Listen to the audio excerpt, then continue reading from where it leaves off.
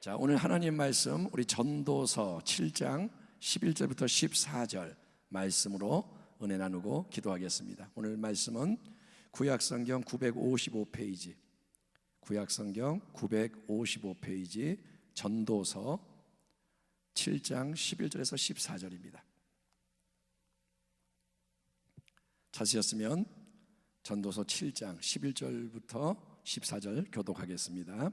11절 지혜는 유산같이 아름답고 햇빛을 보는 자에게 유익이 되도다. 12절 지혜의 그늘 아래에 있음은 돈의 그늘 아래에 있음과 같으나 지혜에 관한 지식이 더 유익함은 지혜가 그 지혜에 있는 자를 살리기 때문이니라. 13절 하나님께서 행하시는 일을 보라. 하나님께서 굽게 하신 것을 누가 능히 곱게 하겠느냐. 형통한 날에는 기뻐하고 곤고한 날에는 되돌아보아라. 이 두 가지를 하나님이 병행하게 하사 사람이 그의 장래 일을 능히 헤아려 알지 못하게 하셨느냐. 14절 다시 한번 읽겠습니다. 시작. 형통한 날에는 기뻐하고 곤고한 날에는 되돌아보아라.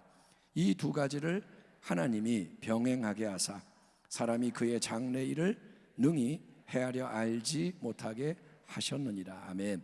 오늘 말씀의 제목은 항상 하나님을 인정하는 것이 지혜입니다. 한번 따라합니다. 항상 하나님을 인정하는 것이 지혜입니다. 아멘. 여러분 영화를 좋아하십니까? 영화를 보면 저는 영화를 굉장히 좋아하는 편인데 많이 보지는 못하지만 좋아하는데 영화를 왜 좋아하느냐? 거기에는 흥미로운 얘기가 많은 거예요. 우리의 일상과 다른 내가 경험하지 못한 그런 별의별 이야기가 있는데 미래에 대해서 미리 아는 능력을 가진 어떤 사람이 주인공인 영화를 재미있게 본 기억이 있습니다. 이 사람은 미래를 미리 아는 거예요. 5분 후에 자기의 일을 미리 알고 뭐 이래요. 만약에 우리가 여러분 아직 오지 않은 장래의 일을 미리 알 수 있다면 어떨까요?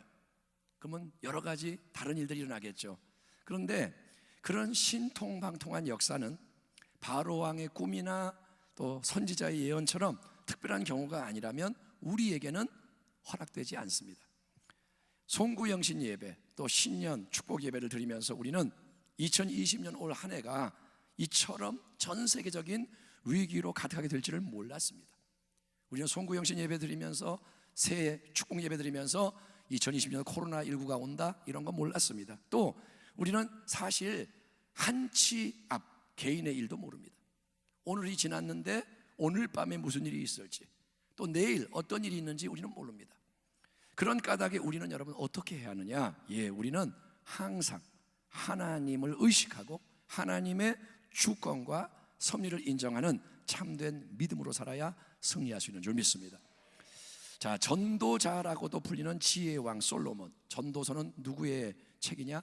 솔로몬의 책인데 이 전도자라고 불리는 솔로몬은 인생 만사가 얼마나 헛된지를 강조하는 전도서에서 참된 지혜에 대해 이렇게 말합니다.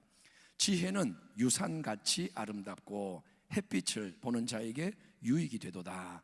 지혜의 그늘 아래에 있음은 돈의 그늘 아래에 있음과 같으나 지혜에 관한 지식이 더 유익함은 지혜가 그 지혜에 있는 자를 살리기 때문이라. 흔히 세상에서는 가장 좋은 게 뭐냐, 가장 필요한 게 뭐냐, 돈이라고 생각을 합니다. 그래서 사람들의 일반적인 첫째 소원은 부자가 되는 거예요. 네 소원이 뭐냐? 그러면 돈을 좀 많이 갖고 싶다. 이게 다 똑같은 마음인 겁니다. 돈이 많으면 좋지요. 많은 걸 살 수가 있어요. 돈이 없으니까 못 사지. 돈이 있으면 사고 싶은 거 다 사고 하고 싶은 거 다 하고 사람도 돈이 있으면 부릴 수가 있고 여러 가지. 그래서 무전유죄 이거는 뭐냐? 잘못을 해도 나쁜 짓을 해도 세상을 보면 돈 많은 사람이 최고의 변호사들을 쓰고 뇌물을 풀고 여러 이 자기의 방법을 동원해 가지고 빠져나오는 게 이 세상의 이치이기에 돈이라는 게 아주 큰 힘을 부여합니다.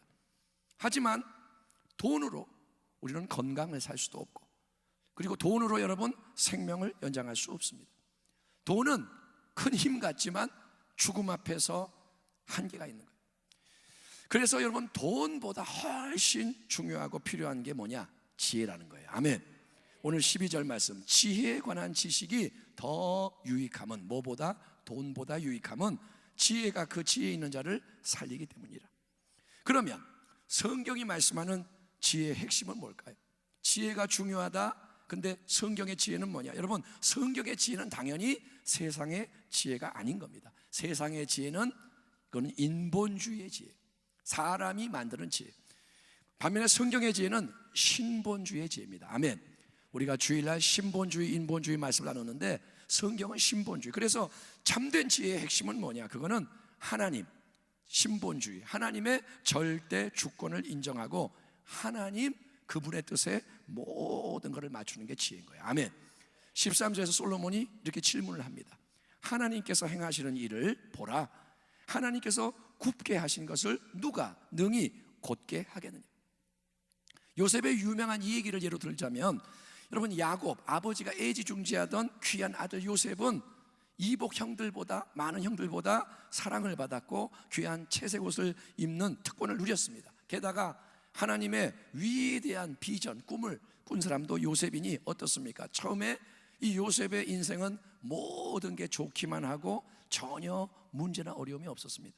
아버지가 사랑하지, 아버지가 좋은 거 주지, 또 꿈도 꾸고 하나님이 사랑하는 것 같지 문제가 없어요. 하지만 그 다음에 쭉 이어지는 일련의 사건들을 보면 요셉은 형들의 미움을 받아서 애굽 땅으로 팔려가고 보디발의 집에서 노예 생활을 하다가 억울한 누명을 쓰고, 자기가 그렇게 안 했는데 이 주인의 아내 여주인이 요셉을 꼬시다가 안 되니까 요셉에게 누명을 씌워서 감옥에 갇히고, 여러분, 꼬이고 엉키고 막히는 일이 일어나고 상황은 점점점 더 안 좋아지는 것처럼 보이는 거예요. 그러나 그 모든 요셉의 이야기는 눈에 보이지 않으나 함께 하시는 하나님이 이끄시는 하나님의 일이었던 겁니다. 아멘. 그 모든 일이 뭐냐? 하나님이 하시는 일인 거예요. 나중에 애굽의 국무총리 자리에 딱 올라가서 하나님의 큰 영광을 나타내며 온 땅을 통치하게 된 요셉은 형들에게 이렇게 고백을 합니다. 요셉이 그들에게 이르되 두려워하지 마소서, 내가 하나님을 대신하리이까. 당신들은 나를 해하려 하였으나 하나님은 그것을 선으로 바꾸사 오늘과 같이 많은 백성의 생명을 구원하게 하려 하셨나니 당신들은 두려워하지 마소서, 내가 당신들과 당신들의 자녀를 기르리이다 하고.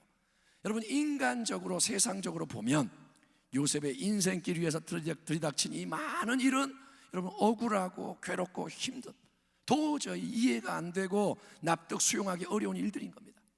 어느 날 잘 있다가 갑자기 낯선 땅, 이방 땅에, 먼 땅에 팔려가요. 갑자기. 또 노예가 돼요. 내가 노예가 아니었는데, 귀한 아들이었는데 보디발 노예가 되고 죄수가 되고. 그렇게 하나님이 굽게 하시는 일은 아무도 사람이 곧게 할 수가 없는 거예요. 하나님이 그렇게 하니까 요셉은 갈 수밖에 없는 거예요. 그러나 그 모든 변화무쌍한 파란만장한 여정 속에서 요셉은 어떻게 하느냐? 요셉은 하나님을 한순간도 잊지 않았고, 아멘. 그는 팔려가면서 노예가 되면서 죄수가 되면서 하나님 잊어버리지 않았고 하나님의 도우심과 이끄심을 구했으며 하나님 전능자가 베푸시는 형통의 복을 어디에 있든지 주변에 흘러보내는 가운데 하나님이 원하시는 모습으로 훈련되어 갔으니 그렇게 하나님을 항상 인정하며 따라가는 것이 참된 영원한 지혜인 것을 믿으시기를 바랍니다. 따라합니다. 하나님을 인정하자. 잠언 2장 5절 6절, 너는 마음을 다하여 야훼를 신뢰하고 네 명철을 의지하지 말라. 너는 범사에 그를 인정하라. 그리하면 내 길을 지도하시리라. 아멘. 하나님은 여러분 모든 것을 창조하시고 다스리시는 절대 주권의 하나님이세요. 하나님은 절대 주권자. 아멘. 그냥 하나님 그러면 끝나는 거예요. 하나님은 하나님이신 거예요. 그 하나님, 전능하신 절대 주권의 하나님을 늘 인정하고 하나님 뜻에 순종해라. 이게 신앙의 지혜요 승리하는 삶의 비밀이라고 성경이 말씀하는데, 그렇다면 우리가 성도로서 하나님을 인정하며 그 하나님의 주권적 뜻에 순종하는 방법은 구체적으로 뭘까요? 어떻게 하나님을 인정하고 어떻게 하나님께 순종을 할 수 있을까요? 이에 대해 우리에게 솔로몬이 아주 중요한 가르침을 본문 14절에서 이렇게 주고 있습니다. 우리가 이참에 오늘 설교를 계기로 암송을 해가지고 늘 계속 묵상하면 좋을 이 14절 말씀 아시겠죠? 이 말씀을 가능하면 외우세요. 제가 한번 읽어보겠습니다. 형통한 날에는 기뻐하고 곤고한 날에는 되돌아보아라. 이 두 가지를 하나님이 병행하게 하사 사람이 그의 장래일을 능히 헤아려 알지 못하게 하셨느니라. 아멘. 한번 따라합시다. 형통한 날에는 기뻐하고 곤고한 날에는 되돌아보아라. 형통한 날에는 기뻐하고 곤고한 날에는 되돌아보아라. 여러분, 인생을 살다 보면 어떻습니까? 때로는 햇빛이 찬란한 좋은 날이 오고 때로는 먹구름이 끼고 폭풍우가 몰아치는 안 좋은 날도 옵니다. 날씨가 계속 변해요.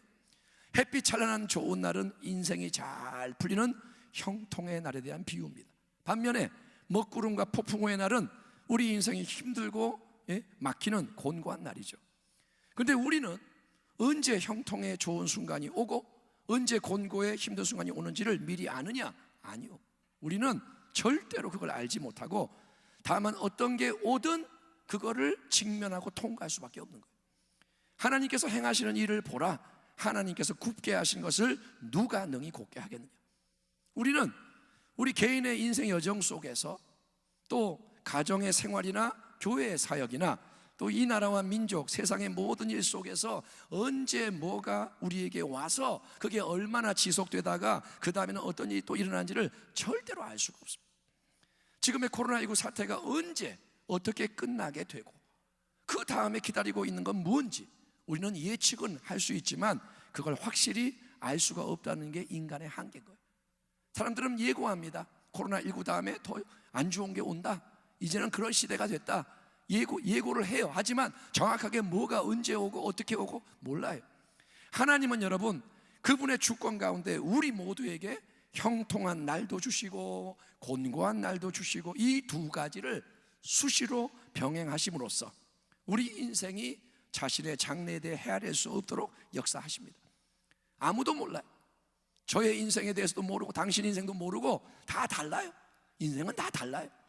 여러분 왜 하나님이 곤고한 것도 주고 형통한 것도 주고 병행하시느냐? 그래야 하나님이 홀로 하나님일 수 있기 때문인 거예요.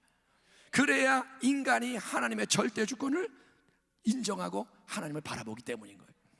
하나님을 항상 하나님으로 인정하며 그분의 절대 주권에 순종하는 게 형통한 날과 곤고한 날의 두 가지를 잘 행하면 할 수가 있는 겁니다. 다시 한번 14절 말씀을 전반부를 봅니다. 형통한 날에는 기뻐하고 곤고한 날에는 되돌아보아라. 자, 형통한 날에는 어떻게 하라? 형통한 날에는 어떻게 하라? 기뻐하라. 예. 반면에 곤고한 날에는 어떻게 하라? 되돌아봐라. 딱 두 가지. 형통한 날 기뻐해라. 곤고한 날 되돌아봐라. 여러분 이 전도서의 이 멋진 구절은 야고보서 5장 13절의 지혜로운 말씀과 기가 막히게 이제 연결되는데 야고보는 이렇게 말합니다. 너희 중에 고난당하는 자가 있느냐? 그는 기도할 것이요 즐거워하는 자가 있느냐? 그는 찬송할지니라. 아멘. 이게 딱 병행되는 구절인 거예요. 자, 형통한 날에는 어떻게 해라? 기뻐하라. 기뻐하되 인간적으로 세상적으로 기뻐하는 게 아니라 너는 너의 하나님 앞에서 너에게 형통의 좋은 일을 주신 하나님 앞에서 기뻐하라 이거예요. 형통이 왜 오느냐? 하나님이 주신 거예요. 그래서 그 하나님 앞에서 기뻐해라. 어떻게? 하나님을 찬송하며 감사의 경배를 드리며 전심으로 기뻐해라. 이처럼 하나님은 우리가 감사하며 찬송하며 기뻐할 때 영광을 받으시는 하나님이신 거예요. 좋은 일이 있으면 아싸 이러고 끝나지 말고 하나님 찬송합니다. 하라는 거예요. 감사합니다. 우리는 근데 그렇게 안 한다는 거예요. 잘 좋으면 그냥 좋고 많은 거예요. 예?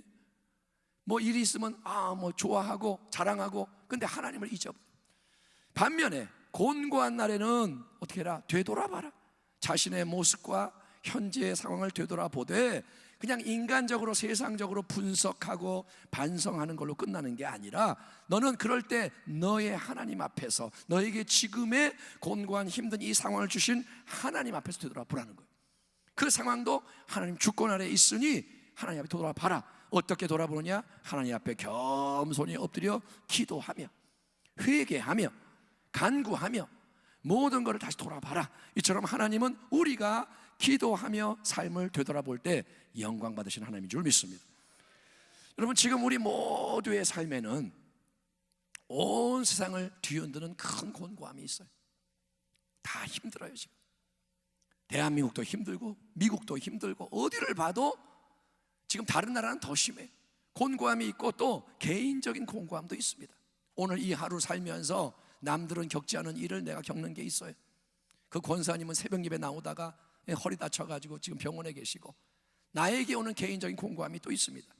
여러분, 하지만 하나님은 곤고함만 주는 게 아니고 그분의 무한한 지혜와 능력 가운데 필요할 때 형통과 복으로도 우리에게 역사하실 거예요. 이것 또한 지나가리, 이것 또한 지나가리, 다 지나가요. 하나님은 이 두 가지 형통과 곤고를 병행하시는 거예요. 아멘. 좋은 일이 있다고 너무 좋아하지 마요. 그냥 기뻐하지만 이게 또 사라지는 거예요. 곤고하다고 너무 슬퍼하지 마세요. 왜? 그것도 사라지는 거예요. 이렇게 행하시는 하나님의 크고 놀라운 목적, 하나님이 곤고함과 형통함을 병행하셔서 잘 섞어서 주시는 놀라운 목적은 요셉의 이야기가 보여주는 것처럼 그 모든 것이 합력하여 가장 아름다운 하나님의 거룩한 뜻이 하늘에서 이미 이루어진 같이 이 땅의 삶 속에서도 이루어지게 하는 것이니, 사랑하는 우리 순복음교회 성도 여러분, 비록 모든 걸 다 이해할 수 없지만 항상 하나님과 그분의 절대 주권을 굳게 믿으며 담대함과 인내함으로 승리하는 주의 백성이 되기를 축원합니다. 하나님을 잊지 마세요. 형통한 날에는 어떡하나? 기뻐하라. 하나님을 찬송하세요. 즐거워하세요. 아멘. 좋은 일 있으면 어린아이처럼 기뻐하세요. 하나님 감사합니다. 찬양합니다. 팔딱팔딱 뛰면서 기뻐하고, 곤고한 날에는 어떡하냐? 되돌아봐라. 기도의 무릎을 꿇고 부르짖으라는 거예요. 어려울 때 부르짖으라는 거예요. 어려울 때 원망하지 말고 낙심하지 말고 혼자 고민하지 말고 하나님 부르짖으라는 거예요. 특별히 지금 이 때는 우리의 기도가 넘쳐나야 할 중요한 때입니다. 지금은 기도해야 할 때, 곤고한 때, 지금은 성경적으로 기도해야 할 때. 여러분, 이 사실은 아무리 강조해도 부족할 만큼 중요한 겁니다. 지금은 기도할 때. 아멘. 여러분, 이 밤에 기도가 나왔죠. 그런데 어제의 기도보다 더 강한 기도가 쌓여야 돼요. 앞으로 일어날 일들을 알지 못하지만 지금은 기도로 준비할 때, 기도로 무장할 때, 기도를 쌓아놔야 돼. 기도로 여러분 예비해놔야 이길 수 있어요. 요셉이 흉년을 대비해서 풍년 때 곡식을 쌓듯이 지금은 기도를 쌓아놔야 돼. 아멘. 기도가 넘쳐나야 돼. 준비되어 있어야 돼. 여러분, 더욱 기도하는 주의 백성 되기를 간곡히 부탁드립니다. 지혜의 본질은 뭘까요? 돈보다 중요한 게 지혜인데, 지혜의 본질은 뭐냐? 신본주의. 진짜 지혜는 신본주의. 항상 하나님을 인정하는 겁니다. 기쁨의 찬송, 형통의 날은 기쁨의 찬송, 곤고한 날은 돌아봄의 기도. 그래서 늘 하나님 바라보며 예수 그리스도 안에서 예비된 십자가 승리의 은혜로 세상과 마귀와 정욕과 지옥을 깨뜨리고 전능하신 하나님을 기쁘시게 하는 복된 열매를 풍성히 맺는 우리 모두가 되기를, 우리를 사랑하시고 늘 함께 하시며 저 천국의 영광으로 인도하시는 우리 주 예수 그리스도 이름으로 축원합니다. 기도하겠습니다. 하나님 감사합니다. 오늘 이 밤에 우리는 절대 주권의 하나님을 바라보는 지혜를 갖기 원합니다. 아버지, 형통의 날 기뻐하게 하시고 찬송하게 하시고 곤고한 날 돌아보며 기도하게 하시고, 지금은 기도할 때 주여 그 진리를 되새기고 주님 주권 아래서 살아가게 하여 주옵소서. 합력하여 선이 되게 하심을 믿습니다. 전심으로 예배하기 원하오니 찬양을 받으시고 기도를 열어 주시옵소서. 예수님의 이름으로 기도하옵나이다. 아멘. 아멘.